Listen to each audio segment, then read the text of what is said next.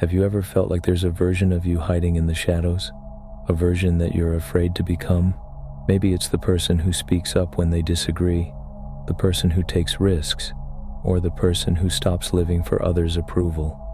Well, Carl Jung, one of the greatest minds in psychology, believed that your greatest potential lies in the very parts of yourself that you're scared to confront. And today, we're diving deep into his philosophy to unlock who you're truly meant to be. Picture this. You're at a party and someone tells a joke at your expense. Everyone laughs.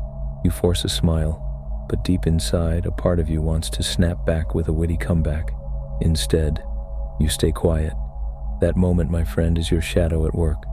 Jung described the shadow as the part of our psyche that holds all the traits we deny or suppress, our fears, desires, and impulses that society deems unacceptable. But here's the catch. The more we ignore our shadow, the more it controls us. Think of that one too nice guy who never stands up for himself until one day he explodes in uncontrollable rage. That's a shadow eruption. Or the overly disciplined person who secretly craves chaos and self-destruction. When we suppress aspects of ourselves, they don't disappear. They fester, waiting for a moment to break free. So, what's the fix? Integration. Jung believed that embracing your shadow, not ignoring it, was the key to becoming whole. That doesn't mean acting on every dark impulse, but rather acknowledging them and giving them a healthy outlet. For example, if you're always scared to express anger, try controlled confrontation. Maybe stand your ground in a debate. If you suppress your creativity, start a side project with zero pressure. Small acts of shadow integration bring you closer to your true self. The goal isn't to be perfect, it's to be real.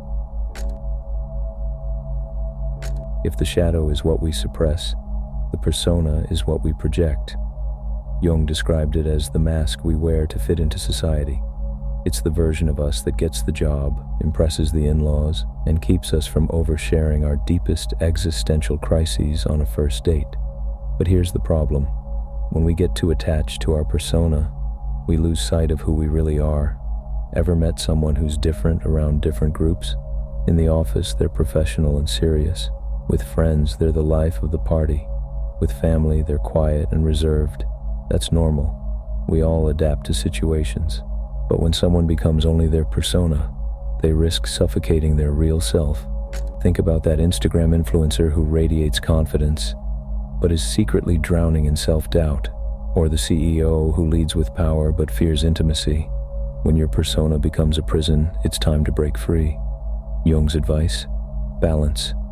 Use your persona when needed, but don't let it define you. Make time for the unfiltered version of yourself. If you're a people pleaser, try saying no more often. If you're the tough one, allow yourself to be vulnerable. The more you blur the line between your mask and your real self, the freer you become. Jung believed that every man carries an unconscious feminine side, the anima, and every woman carries an unconscious masculine side, the animus. But modern psychology extends this idea beyond gender. It's about balancing logic and emotion, action and reflection, strength and sensitivity. Imagine a hyper-rational scientist who dismisses emotions as irrational. That person is disconnected from their anima, their emotional intelligence. Or take the artist who struggles with discipline and structure. They may need to integrate their animus, the side that brings order.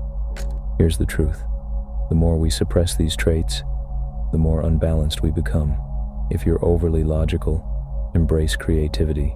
Write, paint, daydream.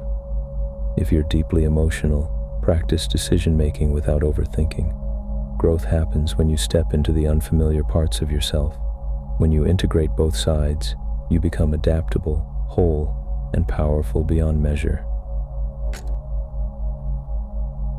After embracing your shadow, loosening the grip of your persona, and balancing your inner traits, you reach the ultimate goal of Jungian psychology, individuation, the process of becoming who you were always meant to be. It's not about becoming someone else, it's about returning to yourself.